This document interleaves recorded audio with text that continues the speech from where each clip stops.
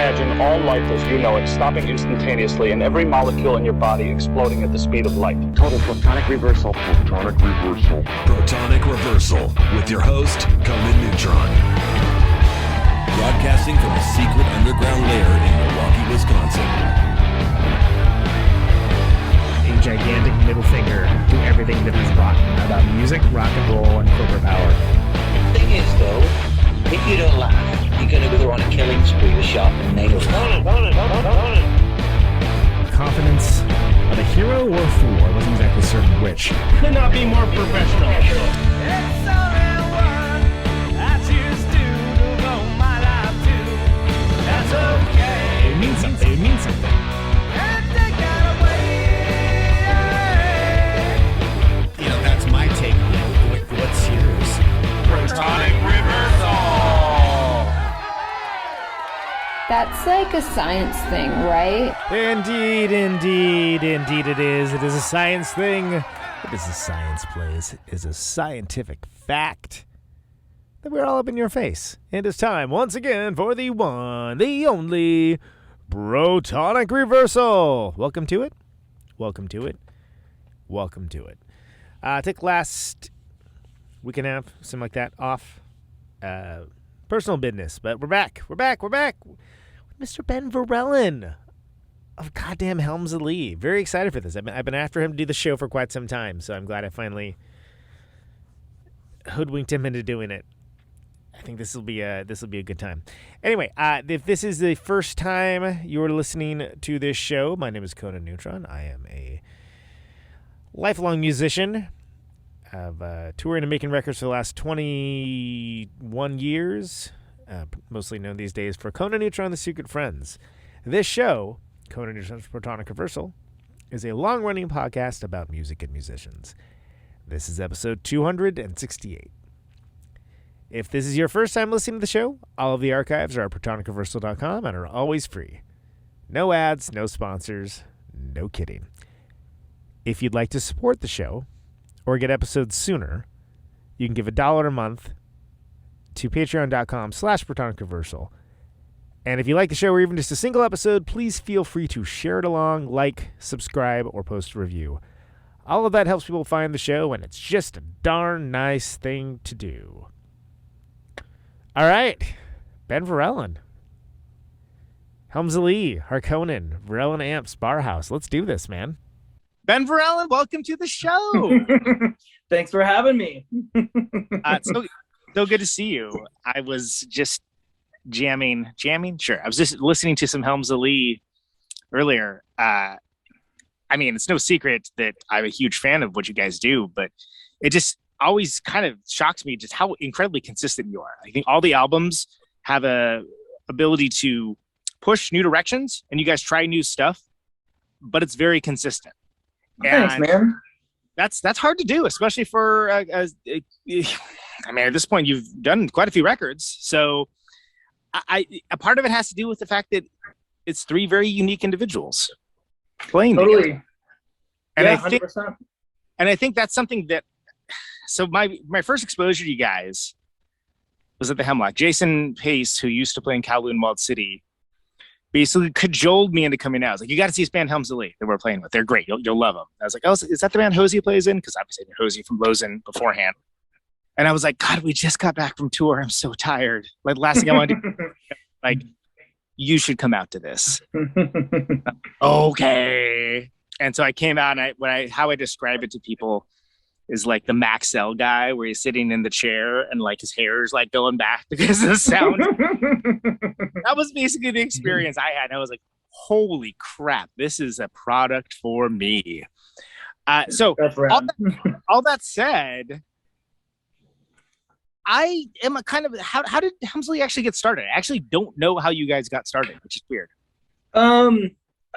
There's kind of a bunch of people being sort of between bands. I mean, Dana James plays bass, and I met, I had been kind of filling in, playing drums in These Arms Are Snakes, and we were in California, and she was in California.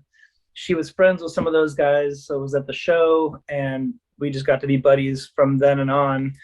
she moved to Seattle a short time afterwards, and we both ended up working on a painting crew, painting houses. And some point I was like, so I'm not playing in Snakes anymore. And she's like, I don't have a band. Let's get together and make noise. And that sort of ended up being she and I, and sort of a revolving cast of drummers and or drum machines. And at some point I was talking to Hosey, who I'd known for years at that point, and was telling her about me and this girl Dana have been working on this band, and we're just trying to figure out our drummer thing. And she was like, well, you know what, I play drums. And it's like, yeah, I know you do. And so I'm aware. I'm aware. So she came and met up with us, and fast friends between everybody, and we decided just like, these are the songs we're working on, I'm gonna come to practice. And then we threw away the drum machine shortly after. Well, and so couple things I want to go with that. First of all, first time I ever saw Jose play is I watched her play drums, which is in TNA. So that's even pre-Lowe's. And that's when I met her. Yeah. Mm-hmm. And I was like, oh man, you're awesome. And like, it was hilarious because that's how we ended up hanging out, because she didn't really know anybody there. And I was like, well, I came to the show alone because I couldn't get anyone to go with me to see a bunch of bands nobody knows. So we ended up hanging out and becoming friends. But Lozen, of course, I think we have to mention Lozen, because Lozen was such an incredible band, was such an incredible, for whatever reason, one of those bands that never quite struck a larger chord necessarily, but not for lack of the quality material. Fantastic band, like so consistent. Then, which I guess is just commentary more than a question, but tell me how you came to write everything that's on Night Terror, though. Were those songs that kind of sort of coalesced when you came to the three of you playing all together? Yeah, those were, I mean, there might be one song on there that was originally written with a drum machine that it changed, of course, once Hosey started playing, and the rest of the songs were just the first batch of songs that we wrote. And so it was like, I think we started playing in like, it was probably fall of 2005, 6. And then that spring we played our first show and recorded our first record. And it was just a quick, nice to meet you, here's new songs, it just happened really fast, that first chunk. But it was just the three of us, like you said, three different weirdos, and then that's just what comes out, and just that batch of songs. And then like, similar to like Lozen and other bands, we weren't like hit the road and go on tour for 2 years afterwards. It was kind of a peppering of week-long support gigs here and there. And what's that? Sorry, just what you can do, like what you have. What you can do, yeah, absolutely. And it's like that's kind of been our our bread and butter tour wise ever since. Really, the tours have gotten longer and more frequent, but it was kind of easing in that first year or two. Well, and I was aware of Harkonen because Replicator, my old band, we used to play. We really, for some reason, people liked us in Seattle and the area, so we like to play there as much as possible. and every time we play, people are like, oh, you should play with Harkonen. You should play with Harkonen. I'm like, oh, okay, cool. Yeah. And never happened. But I was very aware of you guys. And I also was aware of the fact that I think you did a whole tour with a drum machine, right? If I remember correctly. It wasn't a drum machine. It was, what happened was Matt, the drummer, broke his wrist right before tour. We had this full U.S. tour booked, and it would have been like the second canceled U.S. tour for one reason or another. So we were just like, we have this recording of Matt playing drums. Let's just sequence it and put some other little between song embellishments and have this on a CD, playing on a Discman, plugged into some smattering of PA heads and bass amps, running into a random assortment of PA speakers and horns and subs. And I mean, none of it sounded very good, but it was loud. And me and Casey and the drummer went on tour, and it was just like the band was kind of like one disaster after another, the glass half empty way to look at it maybe, but it was like, we were just like, fuck it, let's just go, let's just do the stupid tour, and we'll do it with a fucking CD player, at least we'll do it, and then it'll be done, whatever, fine, we'll do it. And it ended up being weird, but kind of interesting here and there. I don't know. Some shows are better than others, like any tour program or something, right? You know, it's like if you. Sorry? I said like discount austerity program or something. Like discount, yeah. you can kind of feel it a little more, but then also you lose any degree of being able to kind of do anything other than like play to the thing that always will be the same no matter what, right? Yep, perform it. Yep, totally. So then so switching back over to the first Helms Alee record, to me, from an outside perspective, again, once I had Jason Pace, drag me to the show, it seemed like with that record, like it was just there from the beginning. Did you feel that like the sound that you guys developed naturally together was kind of organic, or did you have an idea of like, hey, let's do something kind of melodic? And the thing that gets me is the harmonies, right? Because there's a lot of heavy music out there. There's a lot of cool riffs. There's like lots of like neat guitar stuff and like whatever heavy music, noise rock, whatever. Mm-hmm. But the thing that comes Lee apart is these massive soaring harmonies over all of it, and the contrast between everyone's vocal style. Like it's just very unique. Yeah, and that's the part that we have the least control over, I think, in a lot of ways too. We're really bad at talking about music. We're really bad at having a plan and executing it. I think it's just we sort of have to just give ourselves up to the weird mishmash that happens when we just start playing together and not try and think too like mathematically about it. It kind of just we probably sound insane in the practice room trying to describe what we're talking about doing. So like the harmonies, it's like there's no like you sing a third on that. It's just like that's what comes out, whatever thing, So. Well, and it seems very organic and natural seeming from the outside, and kind of unique because I think there's a lot of I usually call them dudes yelling bands where it's like a dude. It's like Planet of the Apes, you know what you're getting into with the title. It's a dude yelling, and like you have more of a bellow, I would say, which is interesting. But I always, it maybe it has something to do with like the incredible amount of nautical imagery and nautical stuff that happens with you guys. But I always just think of like a storm, like on a lighthouse. And then to contrast that with these beautiful like soaring vocals and Dana, and it all just kind of seeming as different as it is, seeming like a unified thing. And even when you play contrast to it, like it definitely, like you couldn't replace any of those people. It would not be the same at all. There's no absolutely not. Yeah, it is like that. It's like a weird, happy accidental combination of sounds and perspectives and it's weird. I wouldn't tweak it. I wouldn't do anything to it. Yeah, why would you? But yeah, why would you and how could you? Yeah, how could you? It's just like alchemy almost, right? So for that first record, there was like a 10-song record. It had a Left Handy Manhandle, Weird in a Way, Rogue's Yarn. The second to last song, which I know you guys close with a lot, it's like one of my favorite. But you guys, how do you say it? Is Shmana? Shmana. Man, we haven't played that one in a bit, but yeah, Shmana. Yeah, which is I think just kind of like I think it's a Hoseyism where she's trying to describe that certain I don't know what, that kind of like just Shmana, just for that Shmana, like it just, and then at some point it's time we'll call it that. I've been meaning to ask one of you guys about the name of that song for 13 years now. Like what? I'm glad I finally did it on air, so everyone else is curious might know.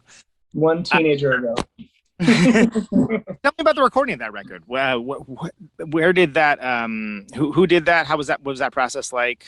Obviously, it seems like a very exciting atmosphere. It was cool. It was fast. We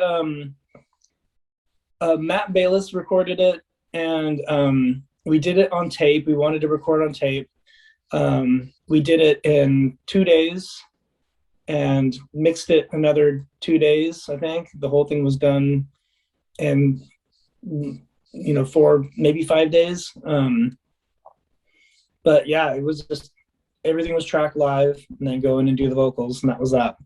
there was like a little bit of piano and a little bit of extra instrumentation here and there, but it was not a lot. It was jammed out quick. And in this studio called Soundhouse here in Seattle that Jack and Dino kind of runs the show there. And so yeah, it was convenient and quick and, pretty painless. And, it was one of those in and out affairs, not thinking too hard about anything. Did you have sometimes when it's a new band, right? Like, of course you have practice-based recordings, but you're like, until you hear it recorded, you're like, oh, that sounds like that. Did you have that? Totally. Absolutely. Oh, yeah. I didn't know you were doing that. That's cool. Yeah. Especially with vocals, it's like, oh, that's what that harmony is. That's what's, Right. Yeah. And like I said, it seemed like from the outside perspective, everything was already in the box and it's like ready to go. Like it just come out like a freaking fireball, which is great. That's cool. No, I mean, it's weird. Like, I definitely think like going forward from there, start thinking more about things, and then at some point kind of going back and like being like, no, it was just like, what we were doing at the start was working, and just kind of things haven't really changed much since then. We're all playing the same instruments and the same, kind of arrangement and kind of just ain't broke, don't fix it kind of thing. So tell me about Weatherhead, because that's of course has the great 816 with the Beavis and Butthead video, which is gone from the world. Really? It's like one of my favorite videos of all time. That's terrible. Yeah, I don't know how to reclaim it. I suspect that the whoever owns the rights, they must be cooking up some new movie or something involving Beavis and Butthead. So somebody went out and cleaned house around the internet, all the spoofy stuff, and but yeah, that was a huge effort, that video, and it turned out pretty silly, and Andrew Cox, who did a really good job. So I hope we can talk whoever is pulling the strings into letting that exist one way or another. Yeah, I mean, because and for those that I guess haven't seen it, because if you haven't seen it, you're not going to be able to for the time being. It's like homage to like the classic era of the 90s when MTV played music, and there was actually a few interesting bands that were let on, but also the ones that, even if they weren't that interesting, were in their ubiquity. Like I don't really like this song, but I can tell you every frame of this video because I've seen it so darn many times. And it did the thing where it was very uniquely you guys, but I mean, God, like, was it Rico Suave? Suave, yeah. Yeah, so it's a cartoon renditions of us in the style of Beavis and Butthead, watching a TV which is displaying us real life enacting memorable moments from classic late 80s, early 90s videos that we grew up with. Like Temple of Pearl. Yeah. Like, I mean, it's really well done, especially considering I can't imagine budget, but I'm not kidding when I say it's one of my favorite videos of all time, because it serves the purpose of being a great video, but it's just the thing is perfectly executed, and that is one of them. So I wish people could see it. But we'll try and resurrect at some point. A bunch of records of ours aren't on Spotify. That video's not on the internet. We're disappearing. We got to reclaim it. Do you need to go back and save McFly's dad or something? Like what? Something's got to happen. Yeah, totally. I don't know what. I was also, I think it was Comet Tavern where you guys first got those T-shirts. Oh yeah, that are in the style we won't talk too much about in case anyone's getting litigious, but yeah, they matched the video, and I still wear mine proudly to this day. Very nice. Yeah, that was the predecessor to the full-blown videos, the T-shirt. And since then I've seen a bunch of other little, homage T-shirts pop up, and it's like, man, you're not going to get any money out of these little bands. Let us just have our laugh, just come on. Well, and it's clearly it's done out of love too. It's not like it's done out of like, we're going to exploit. Come on, get out of here. Yeah. Silliness. So talk to me about Weatherhead. So that one has Pretty as Pie. There's a bunch of good ones. Speed Skater is on there. You obviously you are more comfortable being a band. You've toured around a lot. Where were you at, and what were you trying to accomplish with that record? Like where was the band at, and what were you thinking? I think we probably, in my opinion, were thinking a little too hard about things on that record. I listened back to it. It's kind of a hard listen for me. It's like, we're just kind of writing ourselves into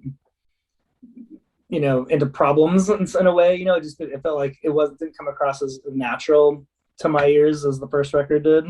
But there's some interesting moments, and especially some of the weirder, less performable songs I thought are kind of more interesting to me listening back. Some of the weird instrumentation and ballady stuff, and I think that stuff's kind of more interesting to me. But it was just, the second one we did also on Hide Your Head, and again Matt Bayless recorded it again to tape, and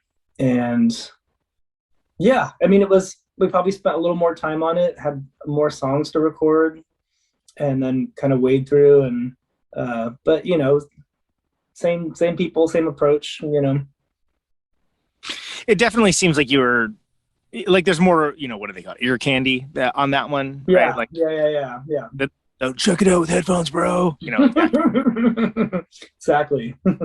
Which is great. I mean, I am a big fan of that kind of thing. So I'm definitely down. I mean, and you have, and there's like dichotomy, like there's the more like, technical, kind of crazy stuff like 816 and Music Box, but then you have like really delicate moments as well. And but it never, like, it's like, oh, here's the ballad, everybody. Yeah. It's maybe a weird word for that, but there's a little more dynamics maybe on that one than the first one.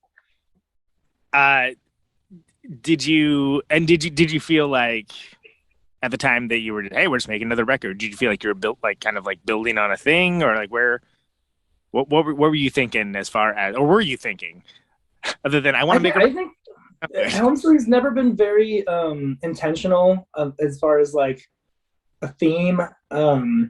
Maybe an exception is the record we just finished recording that's coming out next year, just because it was written and recorded under quarantine, so there was definitely a specific cloud over that process. But aside from that, it's just, we're best friends, get together, once or twice a week, and whatever comes, and then when we accumulate enough material that we could arrange into something that could be a record, then we talk to the higher ups and see if they're willing to invest in having us do that, and then we go and record a record, and that's that. And it's pretty much been that exact same process from the beginning to the end. There hasn't really been ever a moment of like, for this record we're really going to do this thing. It's what comes just through that process of getting together and banging our heads against it. Yeah, and I realized that I guess we must be moving into a new era, because I usually start with, hey, how's your quarantimes doing? Oh, yeah. I didn't even mention any, right? Yeah, like, sorry, I broke the no, that's on me. I was so excited to start talking about the records I didn't even talk about. The fact is, I know for a fact you've been very busy during quarantine. So let's pause the discography run through here. God, Barhouse, incredible. Like, that's like, can you tell me? All right, tell the layman. No, not me. The listeners, of course, Ben. All about Barhouse and like what, like, the last year of transformation into this magical Lynchian wonderland you've made. It's silly, but it's the most functional art project business that I've ever been involved in. Turns out people really like that booze, so that's handy. But it affords me and my friends to get to do some silly projects, and so I had the business building guitar amplifiers for a long time, and that was out of a basement shop for the last 10-15 years. And a few years ago, the neighbor upstairs on the street level was moving out. The landlord said, hey, do you want to expand your amp shop into the street level? I thought that was going to be a hard go, but booze. So that's how the bar idea came together to begin with 5 years ago.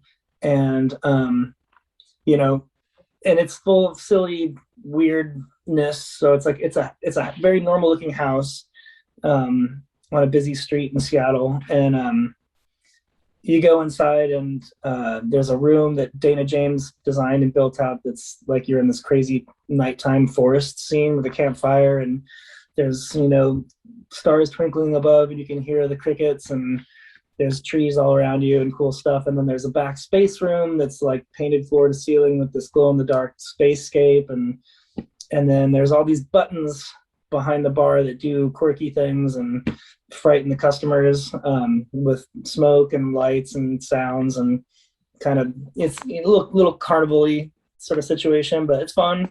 And then there's booze, which is the reason people really come. None of that stuff matters to them, but hard, cool. Yeah. it's what pays for the silly stuff. Yeah. Well, sure. But, yeah, you got to. Got it. So when COVID happened, and we had to close everything down and just kind of wait it out, I was never very comfortable sitting at home watching TV or reading or any of that stuff. So I felt compelled, especially with all the anxiety and stress, to just keep my hands moving. And the cool thing about that bar is it's a canvas for silliness at all times. So I did this crazy upside down seascape on the entire bar's main room ceiling. So when you look up, you're looking past these clouds to the ocean beneath you that has ships that are upside down, all, you know, finding their way towards this landmass that has a volcano on it. And there's a new button that when pushed, these motors vibrate under the bar, and there's this eruption that happens and the mountain spills smoke upside down, and, you know, it's silly stuff like that. But it's a fun project to keep you busy. And then later on ended up building out this whole downstairs area. Half of what was Verellen Amplifiers, the amp shop that I was doing, is now another bar. And there's a space where we're doing pseudo outdoor venue. So we're doing shows and DJ nights and some food pop-ups and things like that. Just trying to find a way to survive and also keep ourselves and our friends busy doing the stuff they do when you can't really do all that stuff most places. It's starting to come back though. It's starting to come back. So with the amps, you kind of founded, you know, Verellen Amplifiers proper, like 10 years, 10, 11 years ago, right? Somewhere along those lines. 15, 16 years ago. Really? Something like that. Okay. All right. Yeah. What do I know? Nothing. Pretty close. Yeah. I think you even bought an amp for me more than 11 years ago. Was it that? Might have been 2007, 8, something like that. The hardest thing is, so how I truly time has passed is when you see people that are, you know, lead like more regular lives, and you see their children and like, oh, your child is like a human now, like a human running. Mm-hmm. I saw you last month, and apparently that was 4 years ago. Whoops, my bad. Same, big time. Yep. So you had a thing. You had really fantastic overall design aesthetic, and really fantastic, like, you know, high wattage, high headroom, for a certain type of player. Real down the line, like, you know, wish list, bucket list kind of amp situation, but it's boutique. It's a boutique amp. Was it a boutique amplifier setup? Like, it was not like something that you're going to be able to get into Guitar Center and sell, right? I mean, like, you know, but the idea is that you're providing something of high value for the people that wanted it. Was it exhausting? Like, why was it not fun anymore, or? I just think, you know, that business was extremely hard, and it was a really month-to-month existence for, you know, the first 8 years of it going. It started 2006 or 7, and it wasn't until 2013, I think, that I finally paid off the last of the investors, because I did borrow a healthy amount of money from a bunch of friends and family, and one of the professors that I studied under. And so I owed people a lot of money and I cared a lot about them, and it was like one of those keep you up at night sort of affairs, you know. It was like now you make me feel, I wish I could have paid mine off sooner. I feel really bad now. Oh, no. It's it was just the reality of I'm a bad business person, you know, in a lot of ways, because I just really wanted it to work for everybody, and a lot of times it's just a hard go. But I eventually did pay everybody off, and eventually did start to make some money, and I was able to make just enough that when the opportunity to do the bar thing came along, I was able to parlay that into getting that bar thing going, very much on like a barter basis, you know, like, oh, you're a plumber, can you do all this plumbing work for the bar? I'll pay you with a guitar amp. Oh, you're an electrician, you got that, your amp needs fixing? Yeah, I'll fix that for you. How about some credit toward, you know, it was a total barter maneuver, like the whole thing. And so, you know, a lot of ways the business birthed. Sorry? Oh, it's like the Middle Ages. I can pay you with an amplifier. Yeah, exactly. My mandolin. Maximum. Exactly. So, but once the bar got going, it was pretty like quick to see how much less effort had to go into selling a beer than selling a guitar amp. You know, it was just kind of a heartbreaker, and it was like really felt kind of rude. You know, it's like zero effort. You open the doors and people just line up to get their fix, and then, you know, you pine over this like business, and you try and put your heart and soul into it, and you pitch it, and you like go to trade shows, and you take the show on the road, and you stick amps in the stores consignment, and all this stuff, just Hail Mary, hoping that it all works out, and then it doesn't. You try again, and you owe people money, so you got to figure it out. So we'll do whatever you want. Custom amp. Oh, you want an amp that's 700 watts, but it's named after your dog and shoots smoke out of the back and has LED, whatever. And yep, we'll do that, you know, for less than we should, but we'll do it, and, you know, keep those bills paid. And then at some point it was, you know, I guess my reason for stopping doing it is I felt like, you know, I'd gotten to the point with it where I paid off my people. That was the big one. And then after that, I felt like I had a more sort of dependable gig with the bar thing. And I wanted to keep doing it, and I still want to keep doing it, but I just didn't want the hustle. I couldn't really justify the hustle. It was kind of like, you know, I kind of evolved myself into a little bit of a workaholic thing throughout the whole amp deal, because it was kind of traumatic being that in debt, and like you get acclimated to the, like, you got to show up and work, and then now I'm trying to like tear myself from that a little bit. So it was like, I need to put this thing to rest and walk away from it completely in order to like figure out how to be a normal human being instead of just a workaholic nut job. Yeah, I mean, it's like Walsby's book, Self and Punishment, right? Like you're just constantly having to just. Yeah, I love that title. It's so good. Yep. I mean, it's also, on one hand, I feel like the world has like changed, that it's easier to do kind of boutique, special, kind of like high quality instruments, but it's still like, look at the market. You know, it's still saturated by the big boys. And even if the big boys are putting out largely trash, and I will say that, like, where it's like, cool, what's the last good amp that you put out? Why do people look for, I'm not going to mention any manufacturer, but why do people look for amps you made in the 60s? Right. I wonder. Your amps are garbage now. Thank you. That's a really interesting element of it too, though, is that when I got started doing it, I mean, there was people doing some custom cabs and tons of people doing custom pedals.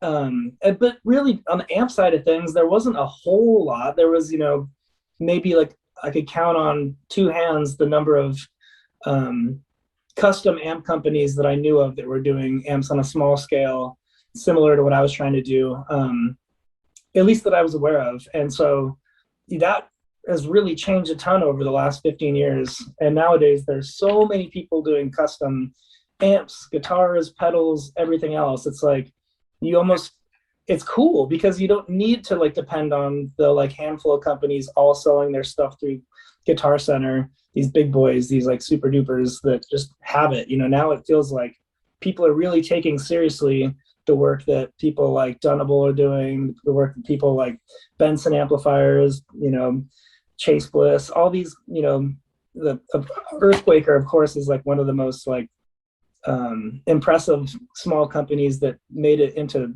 such a functional thing. They really got the best out of the big kid game and the best out of the small kid game, and are making it really functional for them and their community. It's like, I just feel like there's so many people doing such a good job at it that I just felt like, you know, like the chase of it is so hard, and I feel good about the amps that I have out there, and I want to take care of them forever. And so it just made sense to me just to maybe like cap it and call it the end of an art project that is now can be done, and no longer this like huge money and emotional suck of like, you know, just keeping up with it. And instead of just have it be a fond memory that ended it in a good way. But this all depends on the bar remaining open, you know, to see how this COVID thing does. And, you know, so who knows, maybe I'll be back with my tail between my legs in 6 months asking for people to buy guitar amps again. Who knows? And maybe it'll be like when a band breaks up and then like is able to do the big reunion tour, and then they get, hey, we forgot we liked you. We know now. The way people work on that tip is insane. Somebody told me that one of my amps was selling for kind of an exorbitant amount of money already. I'm just like, fucking sucks, man. This fucking sucks. People are so insane. You know, this peanut butter is worth $35. You really want it now, don't you? Yeah. You know, instead of, it's just the same fucking thing. Like, ugh. No thanks. It's a lot, man. It's a lot. But I will obviously as a Verellen user, I'm somewhat biased, but I think you did something really incredible for a longer period of time, I think, than people obviously a longer period of time than I even realized. Thanks, man. It's hard that's a hard thing to do in that world. Yeah. I mean, it's a hard thing to do. I mean, I think it's a hard thing to do as like a main source of income, to really chase it, to have a rent that you got to get to every month. It's like, you know, I mentioned Benson Amplifiers, and that he's a really good friend. He used to work at the shop for a long time doing repairs in the early days. And then when he took off and started his own thing, I think he learned from some of the mistakes that I made, to be honest, because I was always doing these one-offs and like chasing whatever custom jobs people wanted to do. And Chris had the good sense to dial it into these specific models and make it something that he could have a bigger scale with, you know, which makes a more functional business out of it.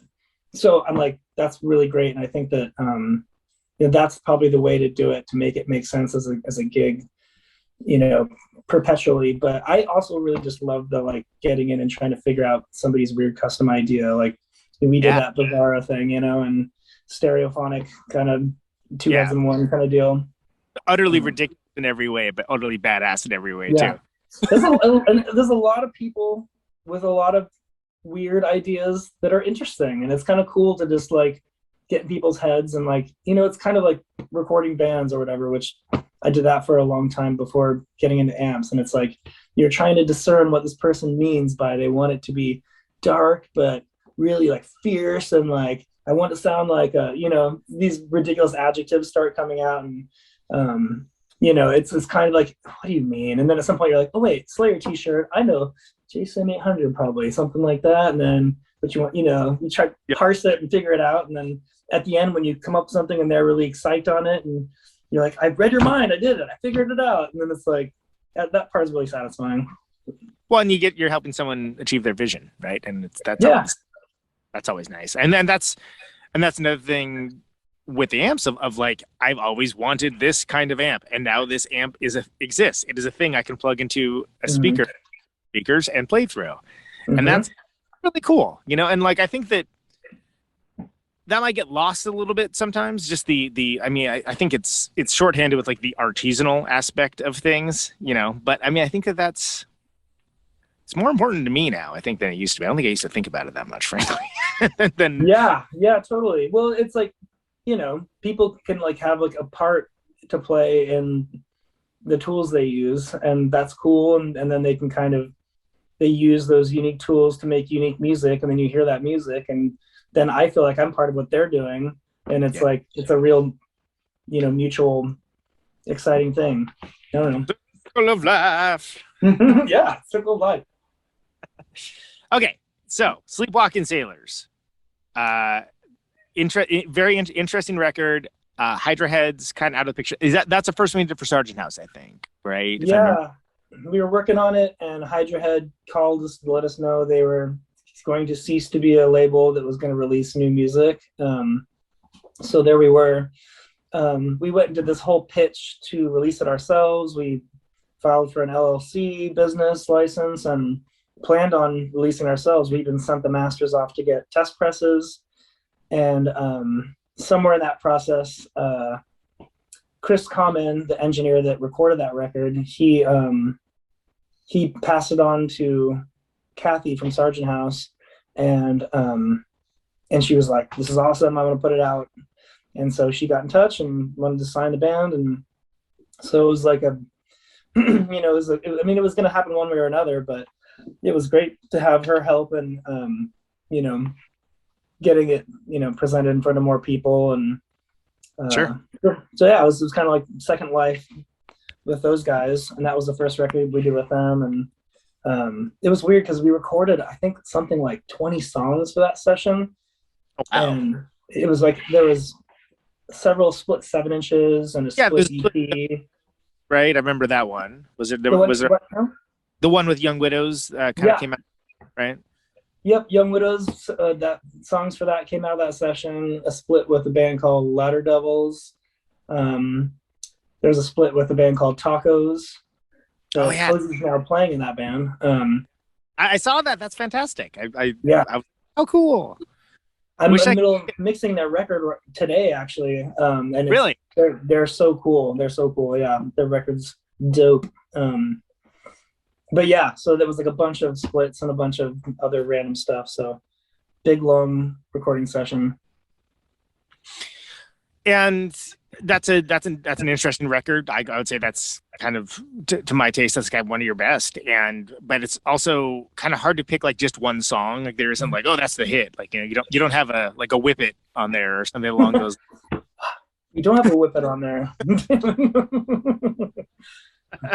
But it's a very solid record, like all the way through. And that was the first one I seem to recall. I mean, that's one has pretty overt C image. Does it? Yeah. That's the one's got the dangling the fish with the dangling. Yeah. What do you call that thing? Obasis? I don't know. Yeah, the schmear. Yeah. Yeah, like the deep water fish. Like, yo, we're so deep in the water, I got a light on my forehead. That's exactly. That's Yeah. Yeah, totally. That's how Aaron that fish. John Gregory is the artist that did the painting for that, and he did a really cool job. It's beautiful. Yeah. It's awesome. Especially like LP size. It's like really. Yeah. Again, a barter job. I made him a preamp pedal, and that was the barter. This is how you do things, people. As long as no one tries to, can I pay you with a song? Oh yeah. Come on now. So and you so you said you if I remember right, you tracked that with Chris, right? With Chris Common as well. Yep. Recorded, mixed. Yep. Did you feel, I mean, obviously a lot of like heavy ambiguity for a band that like had a home with the label. You've kind of had a thing that you were dialed into, and then have the ambiguity, and like also like do all the pre-work that happens to be like, all right, guess we're just going out this on our own, ruining the wilderness, right? What was the mindset in the band around that time, as far as like that's a lot of kind of emotional whiplash to have to deal with? It was definitely like a little wind out of sails. Just to like see how that happens. Nautical. Yeah. But we were just kind of like, man, well, we'll just do it ourselves, and we're still gonna be a band, and whatever. Maybe we just don't, we're not as visible as we once were, and maybe we don't get offered the same kind of support tours. But I mean, at the end of the day, like I said, as long as we're getting together a couple times a week and playing music, and we're gonna be enjoying it, so it's kept us going ever since then, all through all that weird time and through COVID weird time and whatever. It's like, so those kind of things are like, they definitely change the plan, but it's also like those things come and go, and it's been pretty consistent throughout as far as the reality of the day-to-day of being this band. We've never been like a band that's like out there touring the world all year round, paying our rent or with money from the band. It's never been that kind of deal. So when those kind of like on the label side of things get shook up, it's like, whatever, it's a bummer. And it was sad to see Hydra Head go. They definitely put so much out for so many weird creative bands, and so I was sad to see that kind of come to a close. But at the same time, I bet those guys feel a little bit the same way as I do about the amp thing, where it's like they feel good about what they did, and maybe it's fine to have that be a closed chapter. But from an outside perspective, it's always something where we see a label like that kind of decide they're not going to do that anymore. Even if the aesthetic or even the bands aren't necessarily my thing, but especially if they are, I'm always kind of like, oh, that's sad. Like another island of misfit toys has just shut down. That like yeah, totally.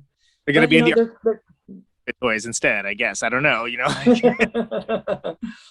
it's I don't know. Of course, those guys are. I mean, Aaron's still playing in bands. He's still putting out records. He's doing his other Siege label, and if I'm saying that correct.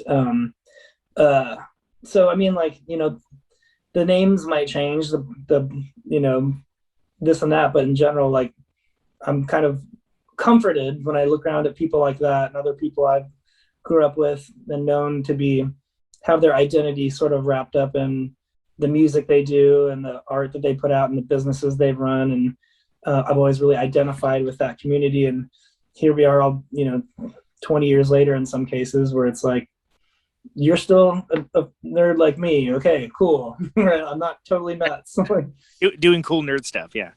Yeah. Or just like, it wasn't all bullshit for teenagers, and now we all have to grow up and, move on from it. We can find ways to make it work, With so speaking of making it work with Sleepwalking Sailors, I it's easy to forget now, but like I think that was like 2014, and that was like around the same time that everyone was kind of discovering crowdfunding, and there was this moment they're like, oh, maybe you don't need a support system at all, just do small dollar donations like Bernie Sanders. Not that anyone knew who Bernie Sanders was at that point. And the reality, of course, was that no, that really is not that viable. Like it worked for a few people for a few things, and otherwise it started to feel bad, right? Yeah, it was sort of like started to feel bad. People be like, internet begging. Why are you begging on the internet? It's like, well, you don't have to. You're not. It's not compulsory to be involved in this. This is. But then, people were not down for that. At least in the rock world. Maybe like if you're a Amanda Palmer fan or something, you think it's fantastic. But yeah, rock world did not care for it. Yeah, it's a weird thing, because when we were putting out the record ourselves, we did launch one of those. Oh, sorry. I'm sorry. Decline. Still there? Yeah. Sorry about that. We did hook up one of those crowdfunding deals, but the way we were doing it is we're just treating this thing as a pre-sale. Right. So it's basically like, if you buy the record now, then we can use that money to go record it, and then send you a copy when it's done, kind of thing. But still, at some point, you need to see bands be like, for X amount of dollars, we'll come to your house and write you a song, and for X amount of dollars. Yeah, it's just like, come on, this is starting to get a little weird. Yeah. Hard pass. But I mean, I get it. Everyone was trying different things, and totally. It wasn't a one size fits all kind of situation. But ultimately, I think its viability was overhyped in the way that I don't know. Like it's weird. I don't know if I necessarily want to analyze the mechanics of crowdfunding and music in the modern era, but like I feel like it kind of crested and fell to a certain degree. Well, one awesome thing that I think kind of came from that's unfortunately been one of the more functional ways for people to get health problems dealt with in this awful country. I mean, there's plenty of good, but there's a lot of bad too. And this whole situation where people need to do a GoFundMe to get a fucking transplant or a surgery because the insurance system is fucking garbage, and unfortunately, we have to depend on our neighbors to cover our ass when the shit hits the fan. And it's a more functional way to do it, and this is the work that the government's supposed to be doing, but instead of collecting money from everybody to spend to take care of these kind of things, we have to reach out to the people that we happen to know and hope that they take mercy and chip in when we have to get, heart surgery or broken leg or whatever. Otherwise, everybody has to lose their house and their home and their, everything else. It's just like, it's just a weird thing. But so on the crowdfunding tip, I definitely feel like that's one of the things that's like, that's a good thing that came of that. Is I mean, it is good that like, should we have to do it? No, but since we do, it's nice that like it goes beyond the bake sale, right? Like, totally. Yep. And as you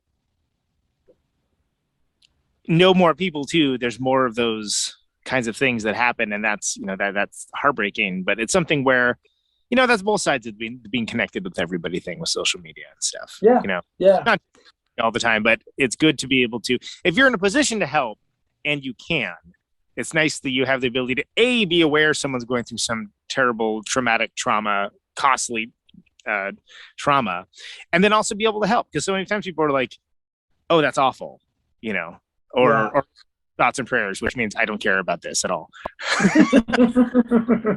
Yeah, I mean, and it's amazing how much you can stick together if like somebody's like has a crazy surgery and they need to come up with $30,000 or something, and if like a bunch of people chip in $50, $100, it's like all of a sudden they're taken care of. It's just like that's the nice side of it. Didn't work out so much for records, but no, it did not. I think that we've been able to take that particular, not even mediocre, just general misery, and supplant it somewhat with just some internet got you kind of situation. Yeah.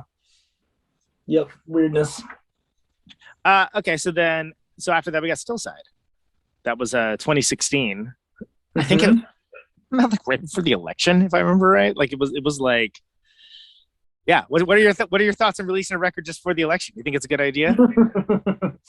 Well, I don't know how it worked out timing wise and all that, but it definitely we recorded that record in Massachusetts with Kurt Blue, and it was I remember every morning me and Hosey would go to the YMCA in Salem just to like shake it off before we go into record. And it was like, I remember on all the TV screens it was Bernie Sanders, they were still figuring out who the who on each side was going to be the actual person. And so it was front and center for sure and all that stuff. But yeah, weird time for sure.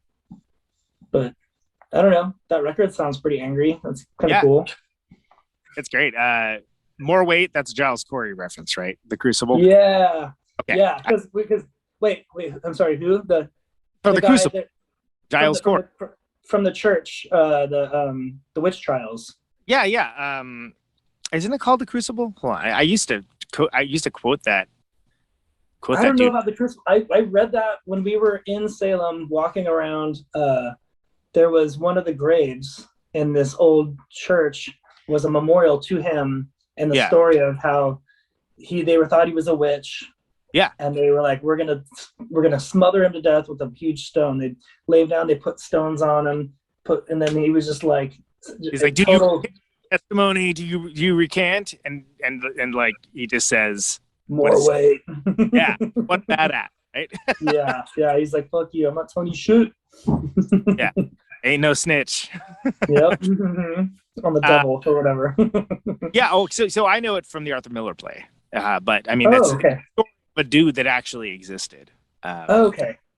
But that was probably one of my favorite plays in high school, just because Giles Corey's a badass. That's a rad story. I mean, what a fun, creepy place. Yeah, that's got to be.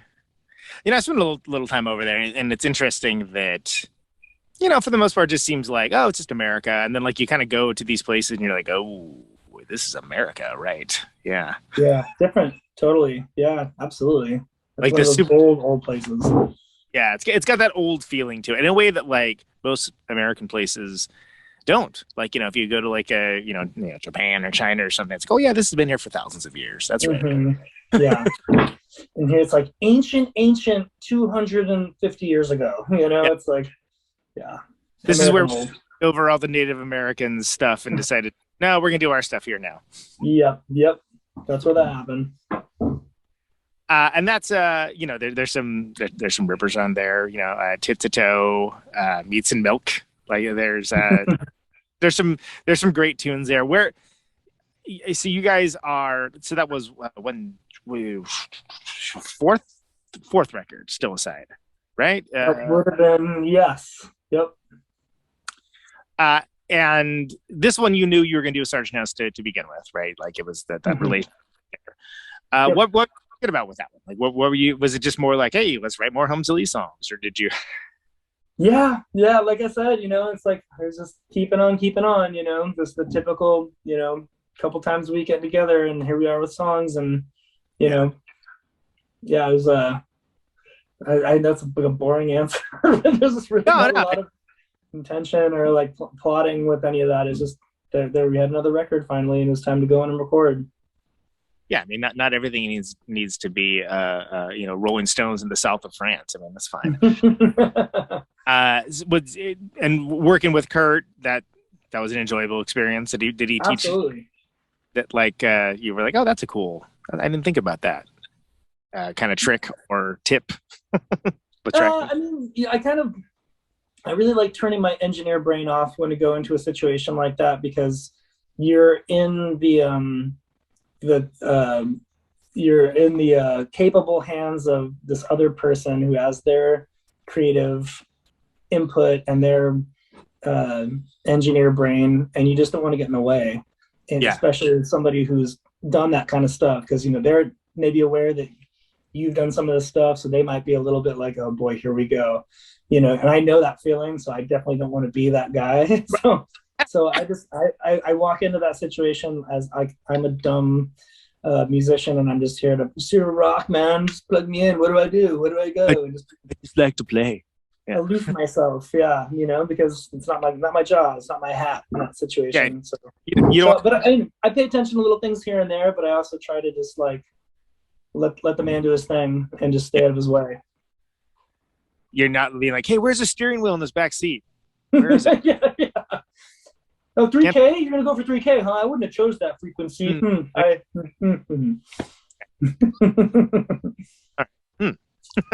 What is so then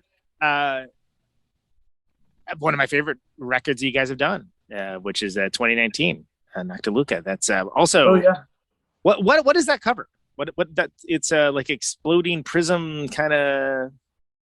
Like, so that's how Hosey came up with that. What that is a photograph that I believe she took this photograph. It's through a telescope, stethoscope, microscope at, I think it's the algae, not algae, it's the microscopic view of, I believe it's oyster larvae or something sciencey. Hosey does this science job where she goes into the ocean and digs up clam beds and gooey duck beds and tries to do these scientific analysis of the health of these species in Puget Sound. And when she's under the microscope, one of the things she saw was that image, and she just kept the photograph and was like, this is so cool, we should use it for something. And that's what we ended up doing for the cover.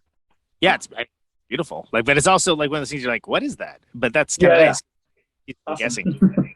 I feel like there's been a lot of, there's that T-shirt it looks like the face, but I think it's like coral or something, if I remember right. But it looks like a monster face or something, and you're like, what is that? I feel like she's the queen of finding crazy underwater stuff that looks badass and, and repurpose it. Well, I guess I guess that's kind of what she does, right? So yeah, exactly. Turns out she's good as what she does.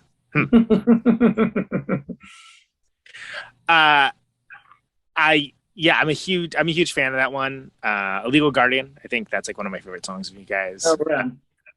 I think there's a lot of. I did want to bring up the fact that. Did you know you had a song called Pandemic on there? Yeah. You know what that's about? Dana's nickname within the band and friends is Danger Panda, because she's constantly like, don't walk out in the street, be careful, don't sit on that thing looks dangerous. I wouldn't she's always calling people out for doing risky behavior. Right. So Danger Panda.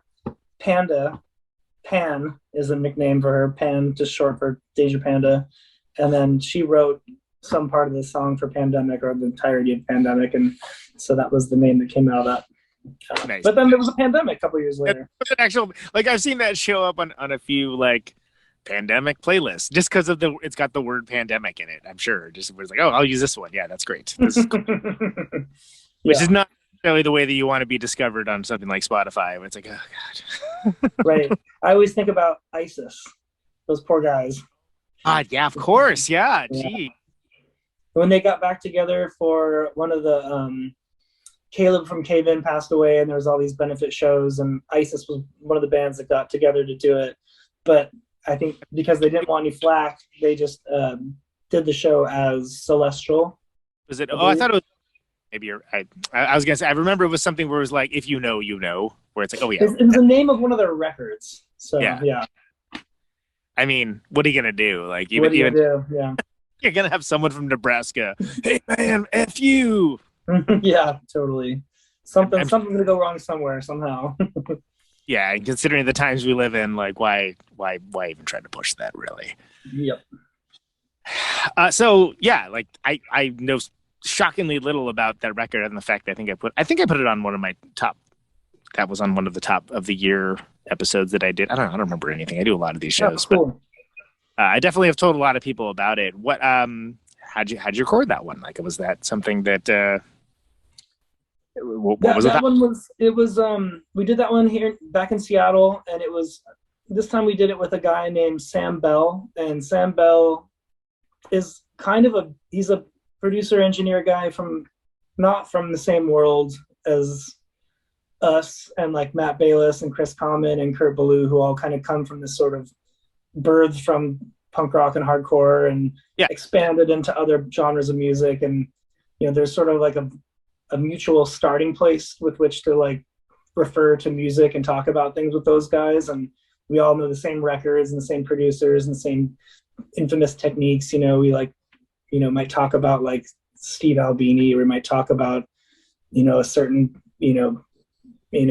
noise record or whatever. Sam comes from a different world. He's worked with Taylor Swift and like U2, and Minus the Bear is how we came to be buddies. He was working with them and ended up moving to town, and but he's a super sweet dude, and likes heavy music, even though it's not his birthing, but he just had a really different perspective on how to go about things, and would spend less time on certain things that would typically get more attention, and more time on things like, I would say like 60% of all of the work around that record was vocals. It was like, sing that part, sing it a lower octave, sing it a higher octave, sing one nasty, sing one really soft, and then you'd have all these vocal takes on just one performance, and then piece it together, and I think that ended up being a really cool perspective on it that the other records don't necessarily have. That, so it's cool. It's a different take.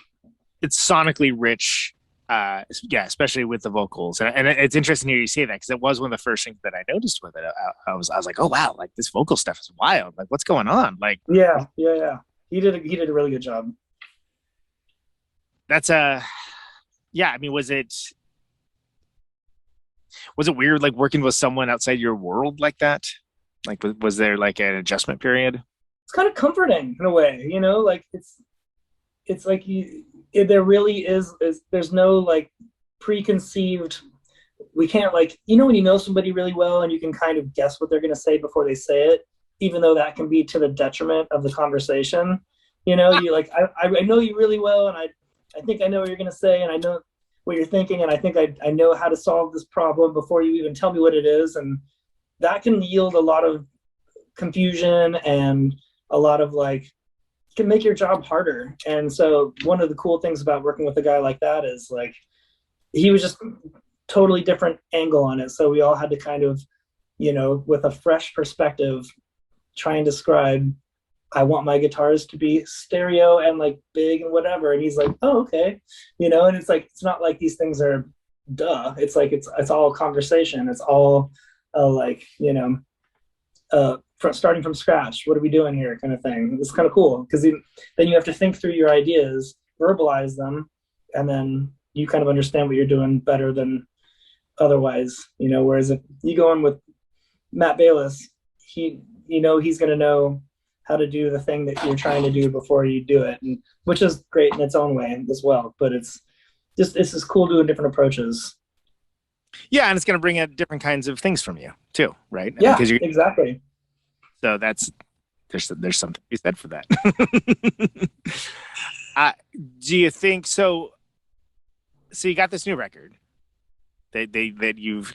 What can you tell us about this new one? Like when can people expect to see it? Yeah, unless anything, barring any very possible disasters oncoming, it's supposed to be out in March, as I understand it. When does this thing go live? Tonight, but then tonight. Okay. Most people are going to hear it on the podcast. So it's going to be another like week or two, probably. Well, then that being said, I'll say there's going to be a couple of big tours immediately after the record's released that to be determined. I'll to be announced. Yeah, I'll leave it there. But so yeah, that one we recorded ourselves at the amp shop before it turned into a bar. We kind of built it out to be a recording studio. And I'd been working on that before COVID, but when COVID hit and nobody wanted to go to the rehearsal space where there was other people, we decided that we will be in our pod together and we'll meet at the now studio, was an amp shop, became a bar later, and work on setting everything up and try and record the record ourselves. And just try and write music. We didn't have any songs written at all.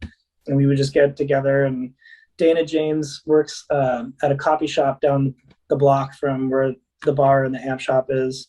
And even though they were also closed, she would sneak us in and make everybody fancy lattes and stuff. And then we'd feel like we're privileged, you know, situation, and then go down to the studio and just work on writing music and, you know, try not to have a mental breakdown. And you know, just like something to do every day, you know, yeah. Get on the vacant freeway and drive to the studio and work on, you know, it was nice to have a little bit of a purpose. So anyway, 4 months of that later, we ended up having a bunch of songs tracked, and then we started working up through vocals and finished that record, I guess, probably, I don't know, when did that all get done? It's hard to, so it was all kind of mushy last winter, I guess. And then, yeah, I kind of feel like it's sort of, was that last week or last year? I don't even know. Dude, hardcore. Yeah. Right now I'm like, time, I have no idea. But anyway, so 2 years later, after COVID, it should be coming out. Awesome. And Sargent House is putting it out, and Chris Common mastered it, and got artwork from Brian Montori, did the painting for the cover. It's really cool. Yeah, I don't know. I'm excited about it. It's something to look forward to. Going on tour seems like I'll believe it when I see it, but I like looking forward to it. Yeah. So there's nice to have. Yeah, like we'll see. Yeah, exactly. But that's the plan. So I'll take it. I'll plan on it. I'll plan on that plan. Yeah, I was at Sound of Sirens in Los Angeles last weekend, and on the whiteboard I noticed Melvin's Helms Alee, and I was like, oh yeah, what's going on with that too? Is that anything you can talk about? I know that's coming in the. Oh, they put it on there. It's on the whiteboard. It's cool. On the whiteboard. It's real. It's Which real. probably So, means it needs to be done on it. yeah. So, Awesome. Well, that's fantastic in every way, and I'm excited to hear collaboration because that was a cool, neat folks doing neat things with each other. Neat. yeah. There's a recording project underway there too. So yeah, we'll see how that evolves. Yeah, like I said, if it's on the whiteboard, that usually means there's something that needs to be recorded for that. So I probably that's a good sign that it might actually be completed sometime relatively soon. So that's good. Cool. Oh, this has been awesome, dude. Yeah, totally. Good talking. Thanks so much for coming on the show. I have been after you to do it for a while, and you've always been too busy to do it. So sorry, really I'm trying to de-busy myself. That's what quitting the amp biz is all about. Last question, I ask everybody who comes on the show, and it's the only canned question I ever asked. You could choose to interpret it however you like, but why do you do what you do? Man, why do I do what I do? God. Right? That's a good question. Fuck. Why do I do what I do? What am I doing? It's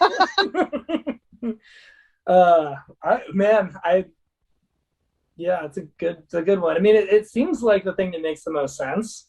Playing music with your friends, doing art how and when you can, trying to do some traveling, trying to get some perspective, and trying to I don't know. It seems like the thing to do. I don't until proven otherwise. I guess that's just do the thing that seems like it makes sense to do. Damn, man, really to the core. Shit. Well, like I said, there's no wrong answer. I just kind of hear how people answer it. And I really appreciate you taking the time, Ben. Thank you so much. Yeah, thanks a lot, man. Hopefully see you soon. Yeah, right on. All right, brother. Take care. Take care, brother. Bye-bye. Oh, there he goes. Ben Verellen. Helms Alee. Harkonen. What a cool guy. Barhouse. Let's listen to Helms Alee tune.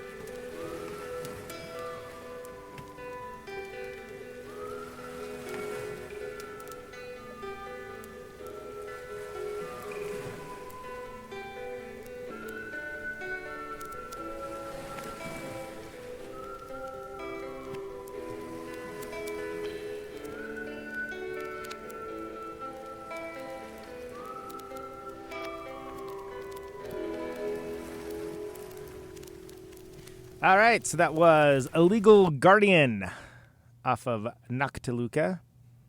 That is the most recent record that came out in 2019. Wow, that was a while ago. And before that, we had 816 off of Weatherhead. And before that, Shmina off of Night Terror. One of my favorite songs of all time, and allegedly I've learned now how to pronounce it. Whatever. Take of that what you will. I can't necessarily say that's true, but yeah, Shmina. I guess I gotta Hosey, come on the show. Tell me again. I'll get it this time. But yeah, those are all songs by the fantastic Ben Verellen and Dan James and Hozoshi, and it's Helms Alee, and they're great. And I recommend. I don't think they made a bad record. They're all worthwhile. They're all interesting, all super cool, consistently badass, and there's something to be said for that. So, if you don't know, or if you know, you know. If you don't, go check them out. And of course, the new one coming out soon. Okay. The name of the show is Conan Neutron's Protonic Reversal. Thank you oh so very much for listening to it. This show airs Thursdays, 8 Eastern, 7 Central, 6 Mountain, 5 Pacific on Radio Nope. Say yes to Nope. Archives. ProtonicReversal.com. Always free, no ads, no sponsors. No kidding. But if you like the show and you want to hear episodes sooner, patreon.com/Protonic Reversal. $1 a month will achieve that goal for you. Also help support the show. Thanks to everyone sharing the show around, letting people know about it, letting know this is a worthwhile thing to spend some time on. It's always appreciated. All the love. I've got 50,000 watts of power. Had a little break there with the show, but it's back now. So, more on that later. Overall, thanks in general for listening. I appreciate it, and I don't take it lightly. Microphone turns sound into electricity. Stay safe out there, and take it easy. Can you hear me now? Out on Route 128, you're dark and lonely. I got my radio on. Can you hear me now? Can you hear me now?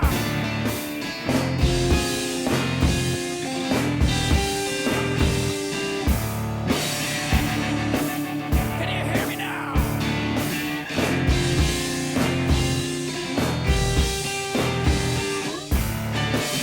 Can you hear me now? See you in the radio.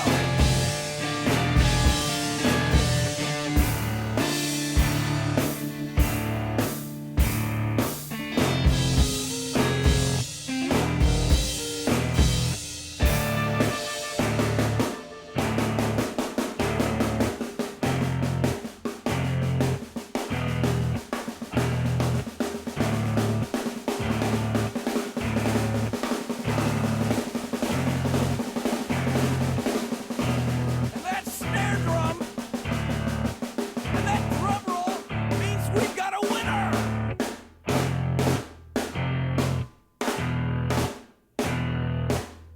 If you're the fifth caller, or any caller at all,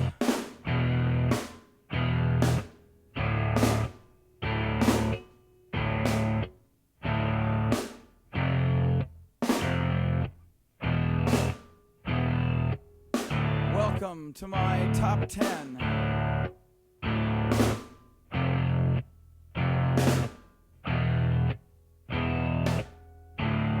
I'd like to thank our sponsor. But we haven't got a sponsor. Not She was prepared to prove it. This one goes out to a special girl. But there is no special girl.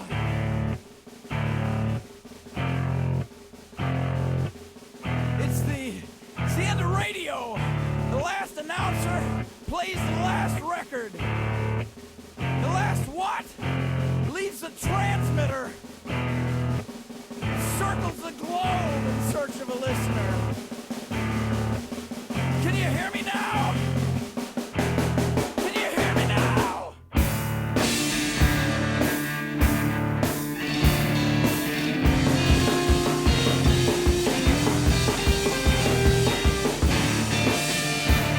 Can you hear me now?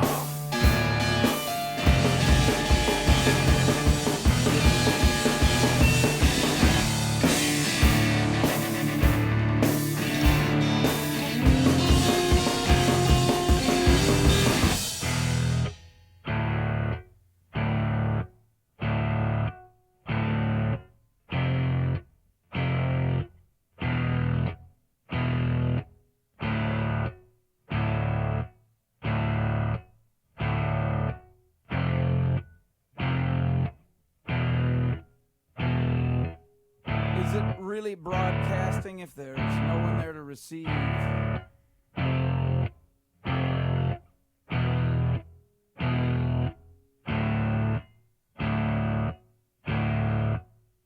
the end of radio. As we come to the close of our broadcast day,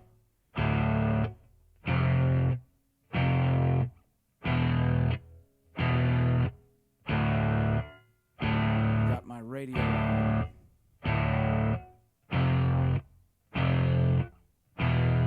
Can you hear me now? Can you hear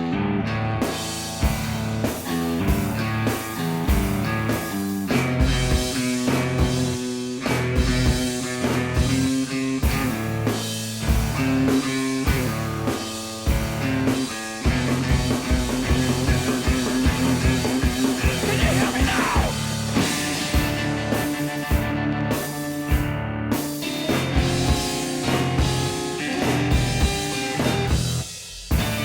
Can you hear me now?